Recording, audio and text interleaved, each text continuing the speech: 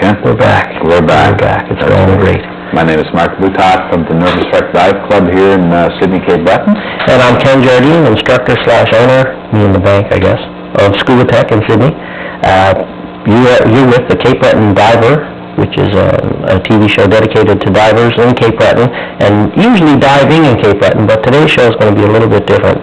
Yeah, for some reason or other, every spring we like to go down south. We get a bunch from the club and go down south. We took you last week on a dive on the Spanish Galleon, and this week we're going to take you on a reef dive. But before we go there, we have a little tech talk on compressors that we'd like to share with you.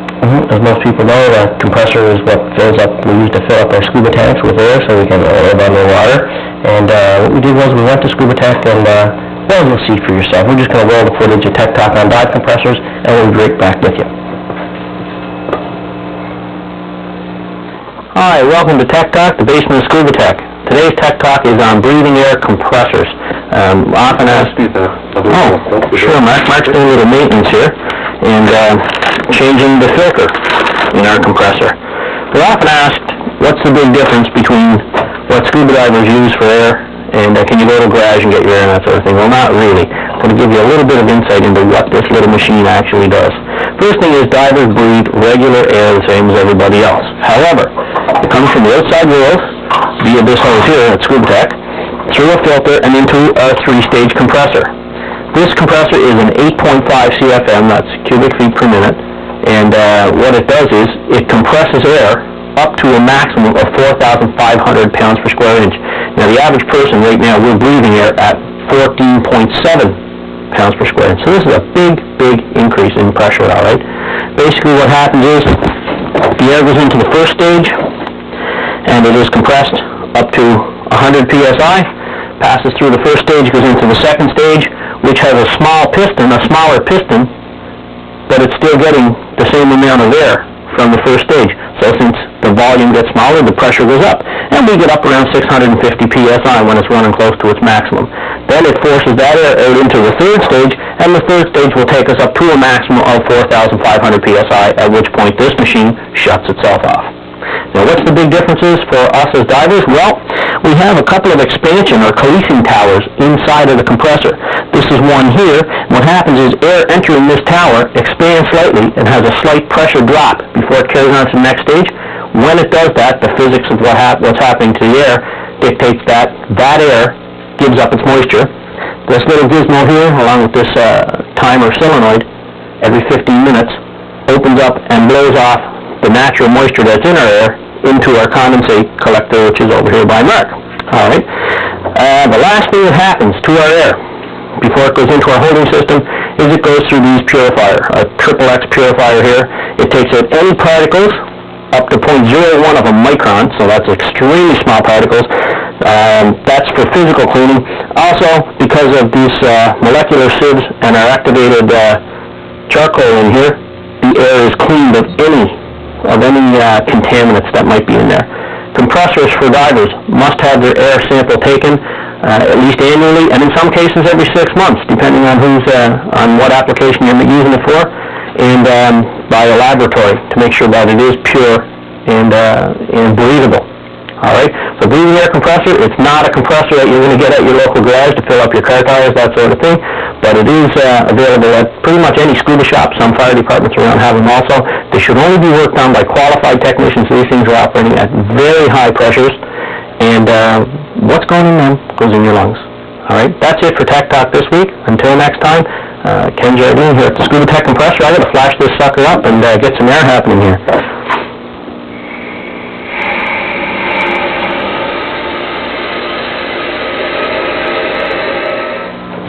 Great, and just a quick note, folks, these Tech Talks and our instructor tips Mark and I were talking about while that was airing, it's not to replace proper training. Okay, it's an information thing only. We'd like to let people know about this sort of thing, but you need proper training to operate a lot of this stuff. Anyway, where are we heading? Let's go back down to Cuba. As you can see on your screen, folks, don't adjust your TV set. It is snowing in here, so let's go where it's nice and warm. Yeah, that's why we go to Cuba, because of the snow. We flew down south there. We're not going to have Doug throwing the globe at me again. off the... No, that takes too much time. We were on the southeast side of the island of Cuba, about an hour away from Santiago, which is their second largest city. And Caribbean Sea. yes, we stayed at a Delta resort.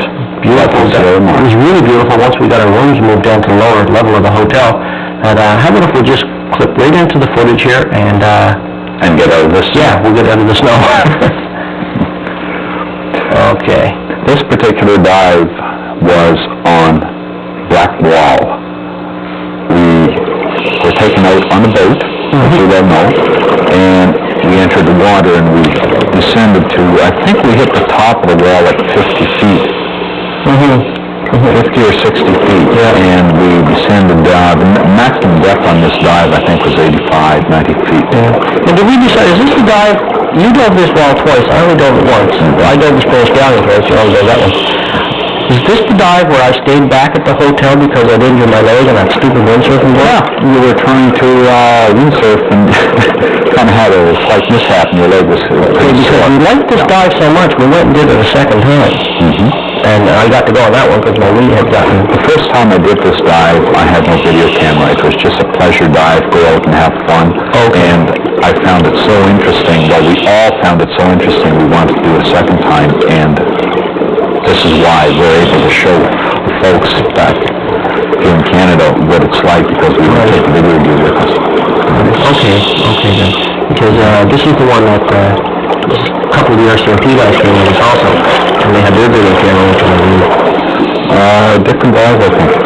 Yeah, this is the one you're thinking of, I think, was... that was our very last dive. The very, very last dive, yeah. It's easy to get mixed up, folks, because we did... Well, I did the most, I'd say. I did something like 16 dives. 16 or 17 dives, Colin and I did 12. You guys did a dozen. I know I did. And that's why I like marking off on my fins at the end. Yeah, that's for sure. We had a ton of tape with this one. That's beautiful coral. Geez, yeah, you were shooting, man. I came upside down off the top of you. Like, that's Edgar, our dive master. He was one of the dive masters down there. These guys, all they do for a living is run the boat, take people out on dives, fill tanks. That's it. That's all they do. But they work very long days. They work extremely long days. They get up, well, sunrise, and they don't leave till sunset. They have to catch the bus, which sometimes down there, oh, that's pretty bad. Yeah. Sometimes down there, the bus is a big dump truck. There are 40 people standing in the bucket of it. That's it. You will see all kinds of coral on here, and sponges and fans. It is fantastic. And when you turn the lights on this stuff, it's excellent. You see there, I'm not wearing a suit at all. It was one of the few dives that I did without a suit.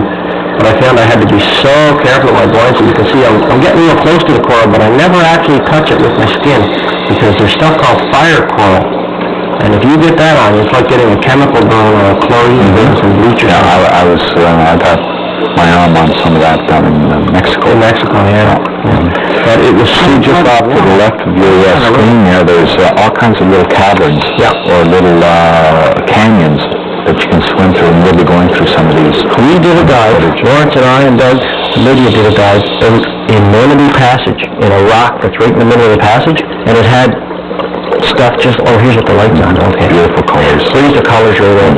People that any divers out there, if you don't own a dive light, in Canada here, you can see the difference on the lower edges of your screen there, that's where the light is not even focused up on the stuff, and then look in the center. I've shined lights on dives here, and things that I had always thought were a gray color or whatever, you find out it's a hot pink. Oh, most definitely. That's why I always have a dive light. When I use the video camera, I use the video lens. But otherwise, if I'm not shooting any footage, I'll have the dive lights on me. Big Donnie. Yeah. Donnie Campbell, Colleen just in front of him, and the dive master just in front of him. Yeah, the guys are pretty good. Once you got to know, it's pretty good. And the people are very poor down there. They need about $2 American a month.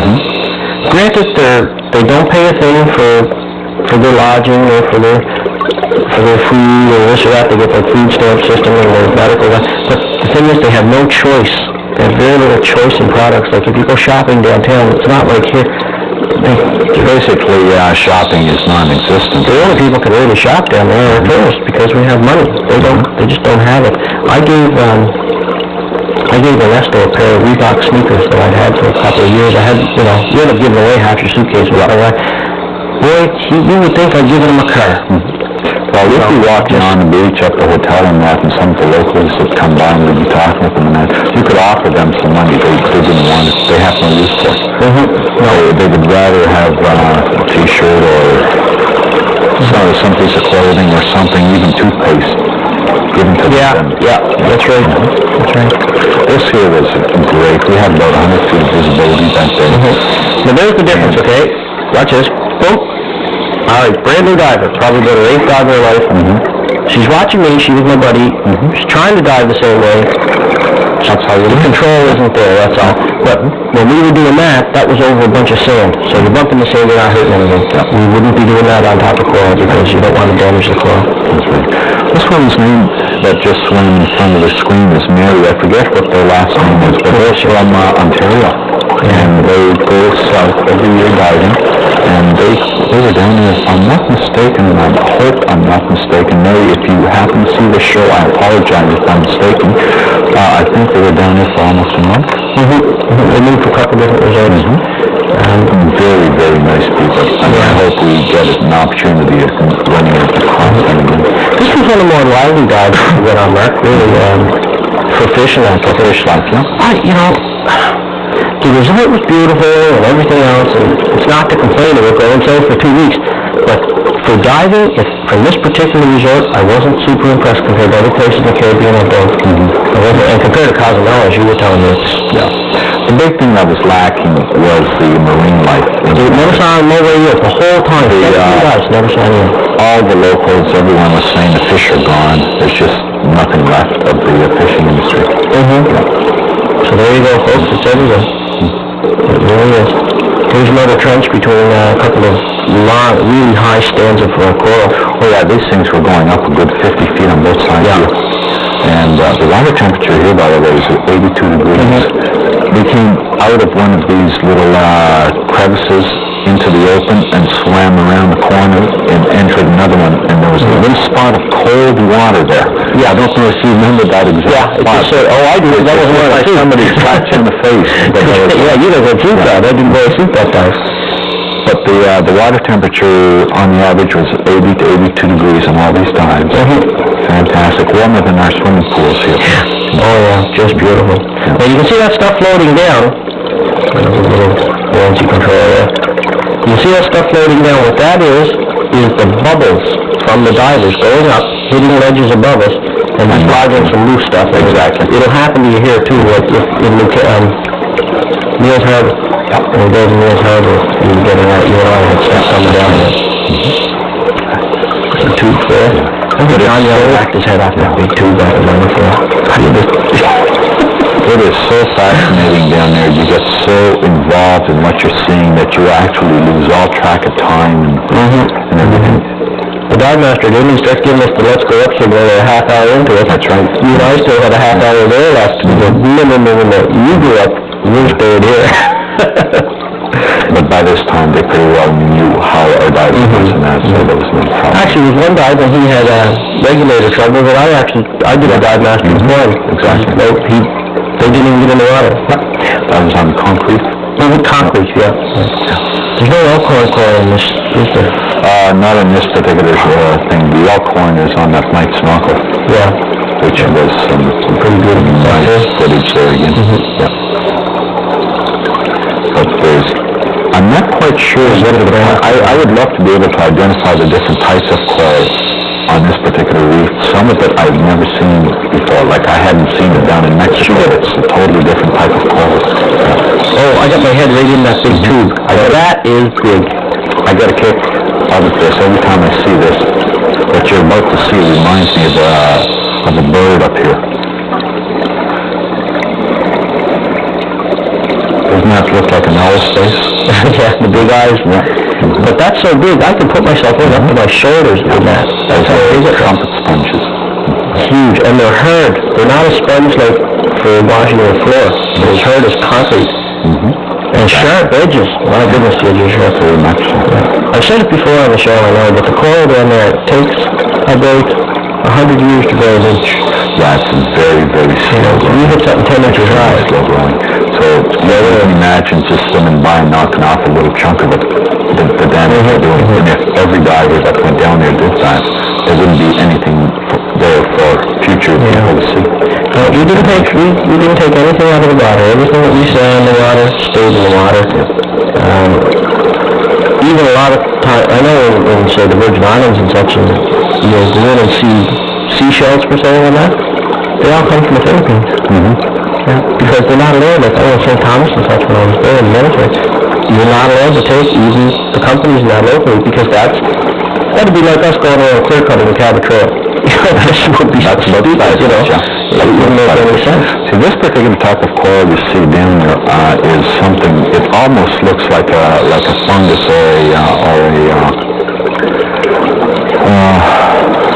fungus that grows on the trees, but this stuff is hard as rock. It is a coral, it's not a fungus, folks. There's a chunk of it right there. Get Mark Riaji to come out, he's a known biologist, he won't know about this stuff. I would love to be able to identify some of this. I probably got one of those 24-hour names that I haven't. I couldn't pronounce it even if you knew what it was. Spell it, well, don't you? But it was such a relaxing dive. As you can see, you're just hardly any current at all. You're just hovering along, you know. Just a slight kick every now and then. This was done off of that big boat. The one with the twin diesel motor, the huge paddle wheel, that was liberated from some poor American serviceman or something. Guy at a Guantanamo Bay, and he had his own private boat. They brought that boat in especially for our group. Yeah, when we arrived from Santiago. From Santiago. Because all they had was about 20-foot working boat. With the twin 70 motors on it, you don't big move. Isn't that something that day when that big wave come rolling by and we were going up the wave? Oh, gosh. Yeah, that was something else. Yippee-ki-yay. Just reminiscing here, folks. I wish we had the time to show all the people at home watching this trip, because every night the entertainment in the resort was great, the food was great. Excellent. Diet Coke around the clock at every those. That's all I was drinking at those times. Yeah, that is true. I believe thousands of them. Oh, happy day. But there was, 4 people that finished their certification down there? Yeah. Jason Bass did, Barry Bradley did, finished her course. Sherry Hanna, Jim Burke. Yeah, those were 74. And Don, although Don was certified, Don had no experience. He'd been over a year without no diving.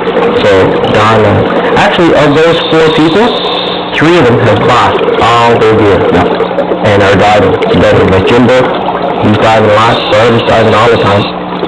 Right? And Sherry has some of her gear, not all of it. She's been in diving quite a bit. And Don's been diving like crazy. The unfortunate part about this trip was the fact that half the crew was only down for a week. Yeah, and that was that Friday, when they were getting ready to leave, there was quite a few sad faces. They kind of wished they were staying for the whole 2 weeks. Places are booked out because, you couldn't stay. Just booked out. But this stuff here, there's a big bone coral there.